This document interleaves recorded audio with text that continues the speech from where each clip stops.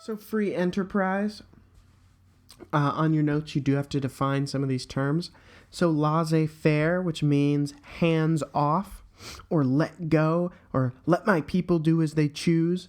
So what this meant is that, and a lot of people still believe this today, as you heard probably in the presidential debate, arguing for less government interference with business, less government intervention in free enterprise. So laissez-faire is happening at this time.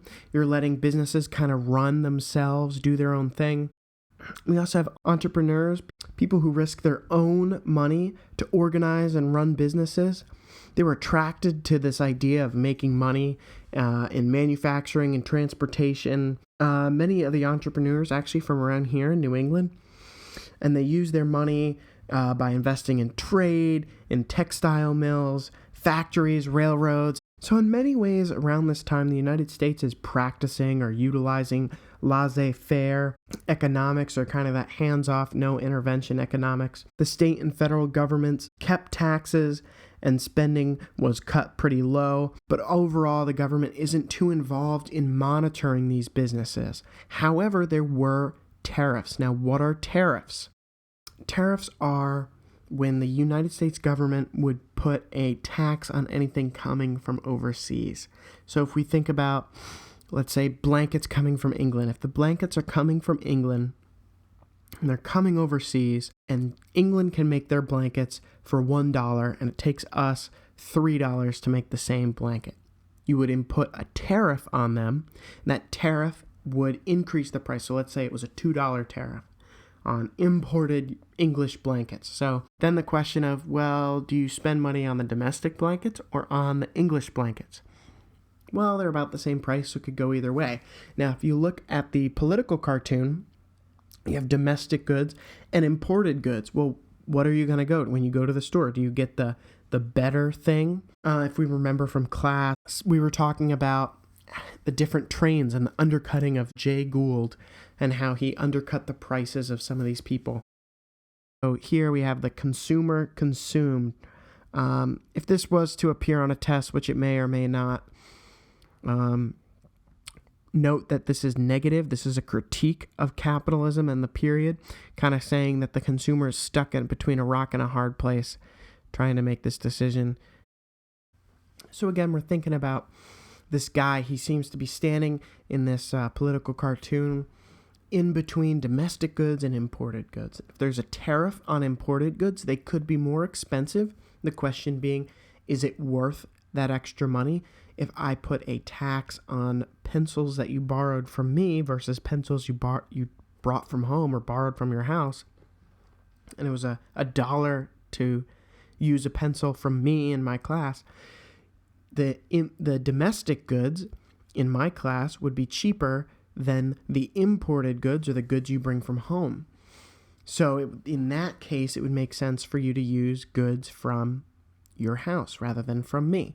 But now if I impose a tariff and every pencil you bring into my class is worth $2, or I charge you $1 to use it, or you can use my pencils from my class for 50 cents, obviously in that case, domestic goods or the pencils in my class would be cheaper than the pencils you brought from home.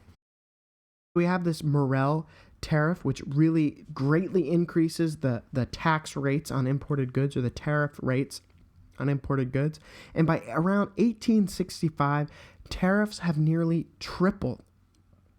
Congress also gave huge amounts of land, of Western land, nearly $65 million in loans to Western railroads. So remember those land speculators we talked about in last week? We're talking about how they're giving all this land away, and we have all these big businesses coming in and buying up all this land, hoping, praying that they'll make a lot of money off of it. What would it mean if there are no interstate tariffs and only international tariffs? No interstate tariffs. Think of the interstate that runs right past the high school, 95. If we think of these interstate tariffs, there are none of them. Most of the time, states could trade freely from New Jersey to Massachusetts, New Jersey to Pennsylvania, Massachusetts to Pennsylvania, to Maine, to New Hampshire, to Vermont. All of that is not really taxed, so it's really cheap. But there's high international tariffs, like the Morel tariff. So you should draw a little line from Morel tariff to international tariff, make that an arrow. But these international tariffs are really focused on keeping outside competition out. If we look at that picture, that political cartoon, it's those imported goods that they're trying to raise the price of and keep those domestic goods down. So now I know we're all really getting excited about all these railways and railroads, but just kidding. I know you're all getting really bored of these railroads and it's really frustrating, but hopefully this will be some of the last times we have to really study these railroads, but maybe not. I'll let you know. So we have the Transcontinental Railroad, which is that, if you see the GIF and or GIF, depending on how you want to call it, heading from Omaha to Sacramento, divided into two, count them, 2 Union Pacific and Central Pacific railway companies. So it was called the Pacific Railway Act, passed by who? Abraham Lincoln, passed by Abraham Lincoln during the Civil War, during the end of the Civil War, when at the end of the Civil War, production shot up and it was, more people are willing to work, more people are not fighting the war, they're now out of the war, they're moving from working in a war setting or fighting for the U.S. government, now they're working on the railroad. So under the Pacific Railway Act, grants were given to two different companies. We had the Union Pacific, which, and my little hint for this is it headed from the Union to the Pacific, and it's the opposite for the Central Pacific. So maybe that's not helpful. Maybe you don't want to remember that. The Central Pacific headed from the Pacific to the Central. If you can copy those arrows down, the Union Pacific headed west, the Central Pacific headed east, and the goal was to make a meetup in the middle. And most importantly, it was completed in just 4 years on May 10th, 1869. So these railroads speed up trade.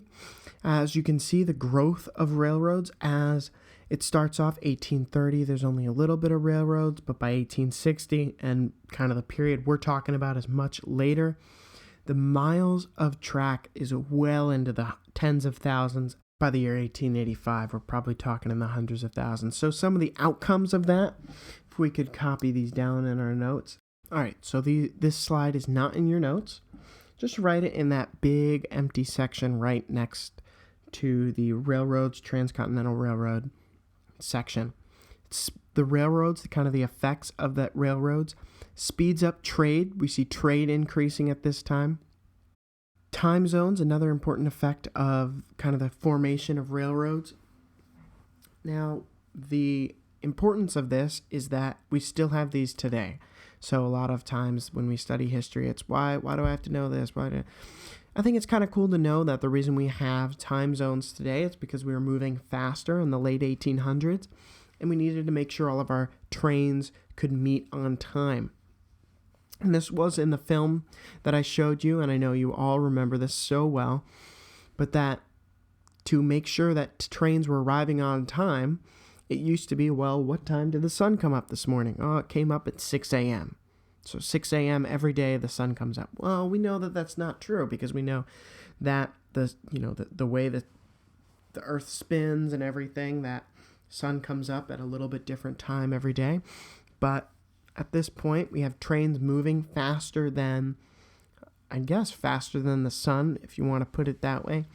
So now, again, remember the land speculators, and I had talked about them a little bit in the last section, but there are people who were buying up all of this land, people like Cornelius Vanderbilt, who we'll get to, buying up all of this land in order to build railroads. So we had people like Cornelius Vanderbilt, like some other people, who would buy all this land and then sell it back to the railroad company. So again, buy low, sell high, kind of like the activity we did this week. And kind of the outcome of that was people who are called robber barons. And we'll get into that in a little bit more detail in a second. But overall, what are robber barons? So the rise of industry. Again, as these trains are coming along and moving everywhere and doing all this craziness, industry starts to take off. And as industry takes off, people start getting rich through things like stock, through the different corporations, through sales, through mergers, through purchasing. All of these different things lead to a rise of industry. So if we could write this definition down, a derogatory metaphor of social criticism. So what does that mean? That means this term robber barons was used in order to critique society, originally applied to certain late 19th century. Now remember, 19th century is really the 1800s, so the late 1800s.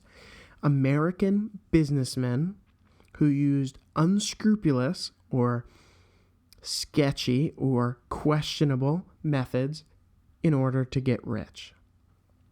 These were cutthroats. If we look at the political cartoon, here we have this blown up image of the one that I showed a little bit ago. And we have these fat, anytime you see someone fat with a top hat, almost always they're going to be wealthy. So here we have the wealthy industrialists. You can see trust here, monopoly, tariff war. These are the industrialists. It doesn't look like any of them are anybody in particular. Yeah, it doesn't look like anybody in particular. And here we see taxes, the poor farmers, all of this. And up here, we see again, we have this image. It's the same image of the kings and the knights and the poor peasants kind of bowing down and laying the spoils at their feet. Definitely a critique of capitalism and a critique of what is going on in the world at this time. So were they robber barons or captains of industry? So it's kind of these two sides of the same coin in some cases, not all cases, but in some cases, we have captains of industry. Captains of industry or a captain of industry would be a business leader whose means of amassing a personal fortune contributes positively to the country in some way. So now the question is, could you be both a captain of industry and a robber baron? Yes, probably so.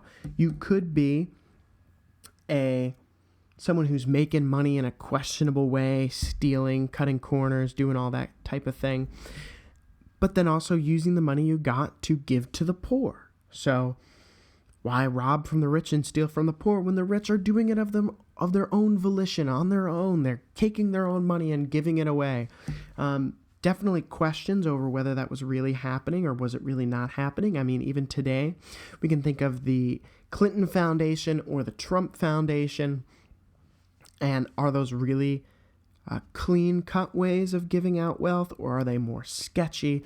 Probably depends on your political leanings, but there you go.